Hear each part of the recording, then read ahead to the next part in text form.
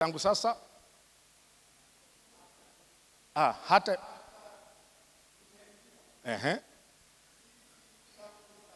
tuanze hata imekuwa moja mita twende.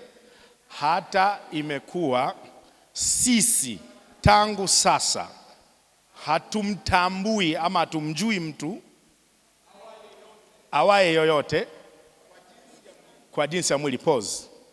Yaani sisi kwenye sisi pale, sisi wa Mkolani, si ndio? Hatumjui, hatumtambui mtu kwa habari ya mwili. Ukiendelea mstari wa 17 anasema hata imekuwa, hiyo ndio maarufu tulioizoea hata imekuwa ndani ya Kristo amekuwa. Jamani, tuna kanisa simpo. Hata imekuwa emu nyamazeni huu upande huu. Hata imekuwa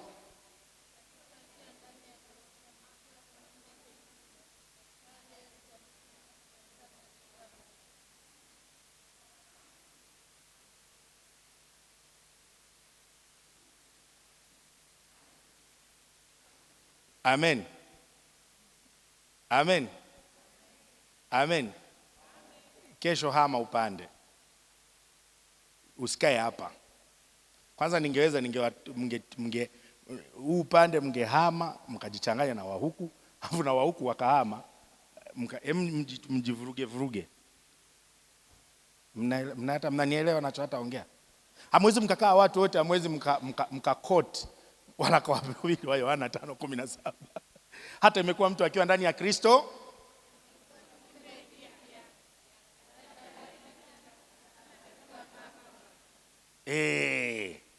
ni Wakorinto wangapi?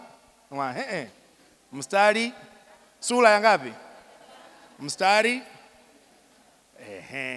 haya hapa twende. Wakorinto huo inasema hata imekuwa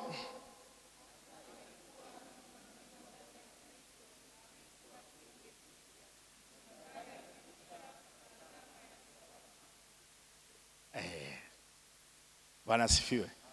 Yaani ni heri hata tukielewa hilo tukaenda nyumbani, kuna kitu tumeelewa, kuliko turukeruke hapa turukeruke. So anazungumza kwamba tangu sasa sisi hatuko kwenye nafasi tena ya kumtambua mtu kwa habari ya mwili. Sio kwa sababu tumetoka duniani.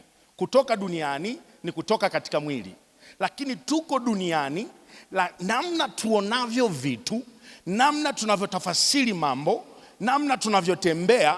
Tunatembea katika roho, tunatafasiri mambo katika roho, tunaona mambo katika roho, muono wetu ni katika roho. Tunapokutanika kanisani, Wakristo tunaokutana nao, wawe ni warefu, wawe ni wafupi, wawe wana fedha, wawe wasiwe na fedha, wawe wamevaa vizuri ama hawajavaa vizuri, hatuwajui tena wala kuwatambua kwa mambo hayo ya mwilini, isipokuwa tuna namna nyingine tena tunawatambua katika ule upya walioupokea kwa kumwamini Kristo Yesu. Wamezaliwa katika roho na kufanyika wana wa Mungu. Ndio maana hayupo mwenye asina hakuna mwenye ana hela anaweza akamuangalia mwenye asina hela kwa kumdharau, kwa sababu damu iliyonunua aliye maarufu ndio damu hiyo hiyo imemnunua asiye maarufu. Gharama iliyolipwa kwa anayeonekana anafaa kwa habari ya mwili ndio gharama hiyo hiyo iliyolipwa kwa huyo unayemwona kuna kanunuliwa kwa damu hiyo hiyo, na asiyefaa kanunuliwa kwa damu hiyo hiyo. Ili uweze kujua thamani yao yenye usawa ni kuwatazama ama kuwatafasiri watu wote, si katika mwili. Ukisha waleta mwilini tu utapata vya kuwagawa. Ukiwaangalia kama Mungu anavyoangalia, utajua kwamba nimewanunua hawa wote kwa bei moja ya damu ya Yesu Kristo, damu ya thamani. Nani yuko na mimi mpaka saa hizi? Bwana Yesu asifiwe.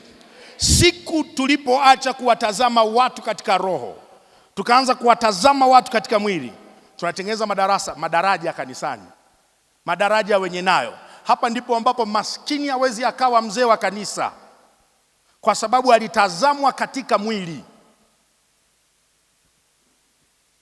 Hapo ndio utakiwa useme amen kubwa. Upo. Kwa kuwa hana hela, tangu sasa tunamtazama kwa namna ya mwili na hatutampa nafasi kwa sababu tumemtazama kwa namna ya mwili.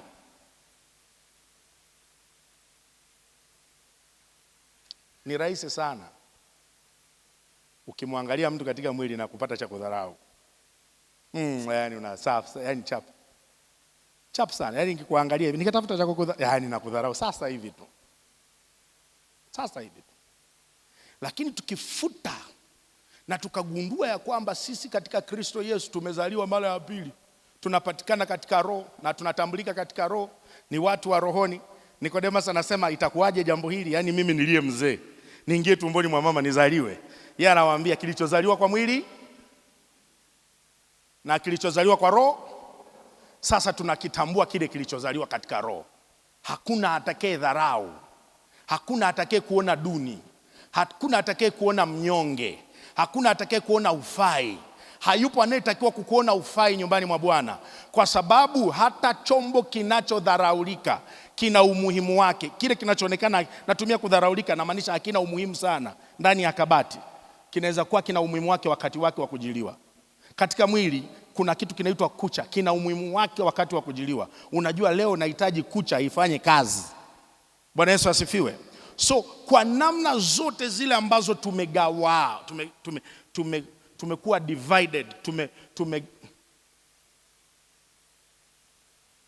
namna zote ambazo tumeweza kuwekwa tofauti kwenye tofauti zetu zote,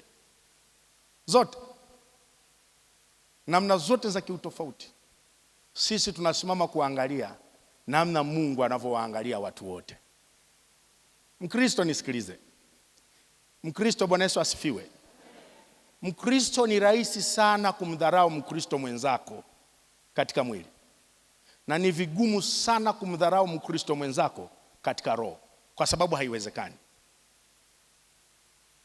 Unaweza kumdharau mwanamke kwa kuwa ni mwanamke katika mwili, lakini katika roho mwanamke hakuna mwanamke, hakuna.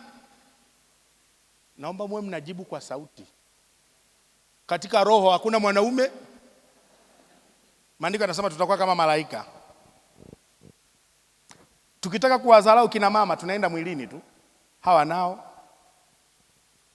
si simple tu. Tangu sasa hatumtazami mtu tena kwa habari ya maana amezaliwa mara ya ngapi?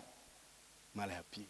Huyu ni mwana wa Mungu, ana mbegu ya kiungu, ni kiumbe kipya. Huyu ni kiumbe kipya. Bwana asifiwe. Ukipata nafasi ya kukaa na mtu, just msikilize. Mtu yoyote sikiliza. Una uwezo wa kusaidia, saidia. Huna uwezo, hakuna haja ya kumshusha Mkristo mwenzio. Ana roho wa Mungu kama ulionao wewe. Haipo sababu Mkristo, haipo sababu ya kudharau Mkristo mwenzako yoyote. Haipo. Yaani haipo. Ile ukienda katika mwili utaipata hana. Utaanza kuona ambavyo hana. Utamtafasiri kwa vile ambavyo hana. Sijui tuko pamoja paka sasa.